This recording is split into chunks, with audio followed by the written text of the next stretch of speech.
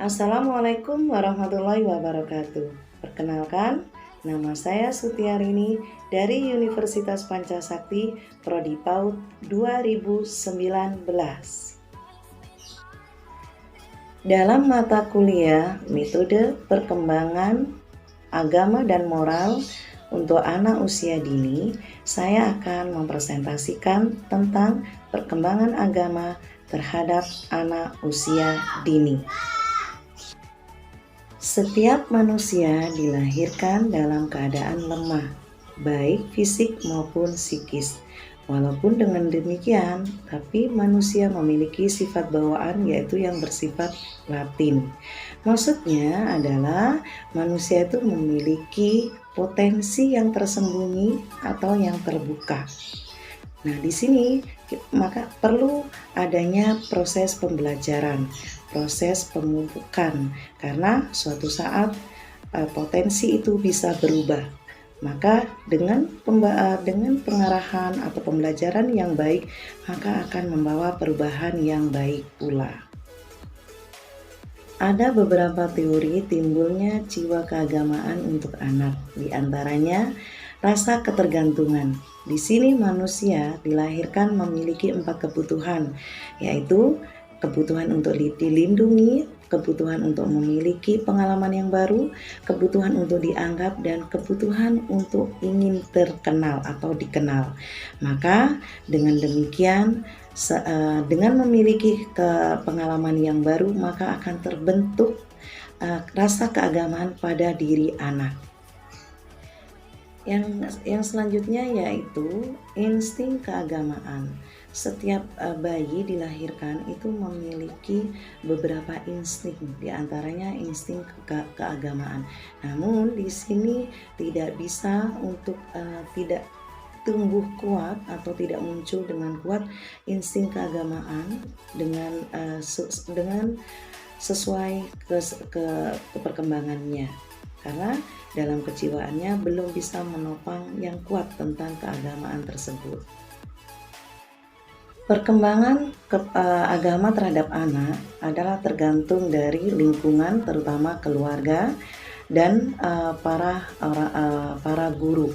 Nah, di sini sebaiknya seorang guru harus mengetahui atau harus memahami tentang bentuk dan sifat keagamaan pada diri anak, yaitu diantaranya tidak mendalam. Nah, di sini tidak mendalam ini artinya anak itu menerima dengan apa yang diterimanya.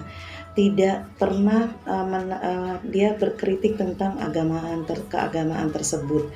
Contohnya, seorang bapak mengatakan kepada anaknya bahwa Allah itu atau Tuhan itu akan mengabulkan doanya. Nah, pada waktu itu anak tersebut berlewat di depan toko mainan dan dia berdoa kepada Allah agar diberikan mainan tersebut. Namun dengan demikian, karena seorang ibu, akhirnya anak itu dibelikan. Dengan demikian dia merasa yakin bahwa Allah itu akan setiap doanya akan terkabulkan. Namun berbeda dengan contoh yang berikutnya, yaitu seorang ibu menjelaskan bahwa Allah itu kuat, Allah itu bisa memindahkan gunung dan bisa memindahkan gunung dari tempat yang satu ke tempat yang lain. Maka dari itu suatu hari anak tersebut meminta kepada Allah, berdoa agar memindahkan gunung-gunung yang ada di tempatnya. Nah, saat itu pula karena merasa doanya tidak terkabulkan, maka anak tersebut tidak mau berdoa lagi. Yang kedua yaitu egosentris. Nah, di sini perkembangan egosentris ini akan terlihat sesuai dengan perkembangannya. Semakin bertambah perkembangannya, semakin bertambah pula egonya. Dalam penerimaan agama, anak ini akan merasa menerima agama apabila sesuai dengan apa yang diinginkan atau apa yang disukainya.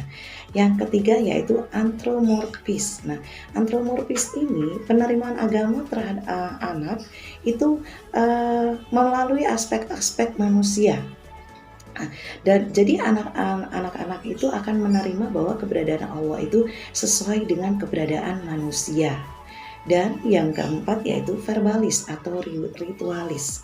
Di sini anak akan menerima suatu agama itu dengan melalui verbal, biasanya melalui hafalan. Dihafalkan dulu, kemudian akan dilakukan dengan secara amalia. Yang kelima yaitu imitatif. Nah, di sini imitatif itu anak akan menerima keagamaan pada dirinya itu dengan melalui meniru. Nah, terus yang terakhir yaitu rasa heran. Di sini rasa kagumnya itu beda dengan rasa kagum seorang dewasa. Maka dari itu di sini anak akan merasa sudah menerima akan penciptaan Allah, itu sesuai dengan kenyataan. Nah, disinilah kita sebagai seorang pendidik atau sebagai seorang tua harus benar-benar menanamkan, harus benar-benar mengarahkan apa yang benar dan apa yang tidak benar, mengingat keenam bentuk dan sifat keagamaan anak tersebut. Dalam perkembangan agama pada usia anak dini itu ada tiga tingkatan. Yang pertama yaitu tingkat dongeng. Di sini anak menerima rasa keagamaan, itu merasa berketuhanan melalui emosi, dipengaruhi oleh emosi dan fantasi. Makanya di sini anak biasanya suka menerima agama itu dengan kalau didongengin dengan secara berdongeng. Yang kedua yaitu tingkat kenyataan. Di sini biasanya sudah usia sekolah dasar, yaitu anak menerima ketuhanan itu dengan rasa yang nyata, yang real, sesuai dengan kehidupannya. Yang ketiga yaitu tingkat individual. Nah, di sini sudah mulai menerima rasa keagamaan itu dengan secara individu. Di sini juga dibagi lagi yaitu ada tiga. Yang pertama yaitu konsep konservatif, yaitu sedikit fantasi, dan yang kedua yaitu konsep murni, penerimaan agama secara murni, dan yang ketiga yaitu konsep humanity, yaitu melalui orang lain. Nah, di sini kita sebagai orang tua atau sebagai pendidik juga harus benar-benar mengetahui bagaimana dan seberapa tingkatan agama pada diri anak tersebut, supaya kita tidak salah mengarahkan atau tidak salah dalam perkembangan agama terhadap anak usia dini. Alhamdulillahirrabbilalamin. Terima kasih sudah menyaksikan presentasi saya dan semoga Allah meridhoi kita semua. Wassalamualaikum warahmatullahi wabarakatuh.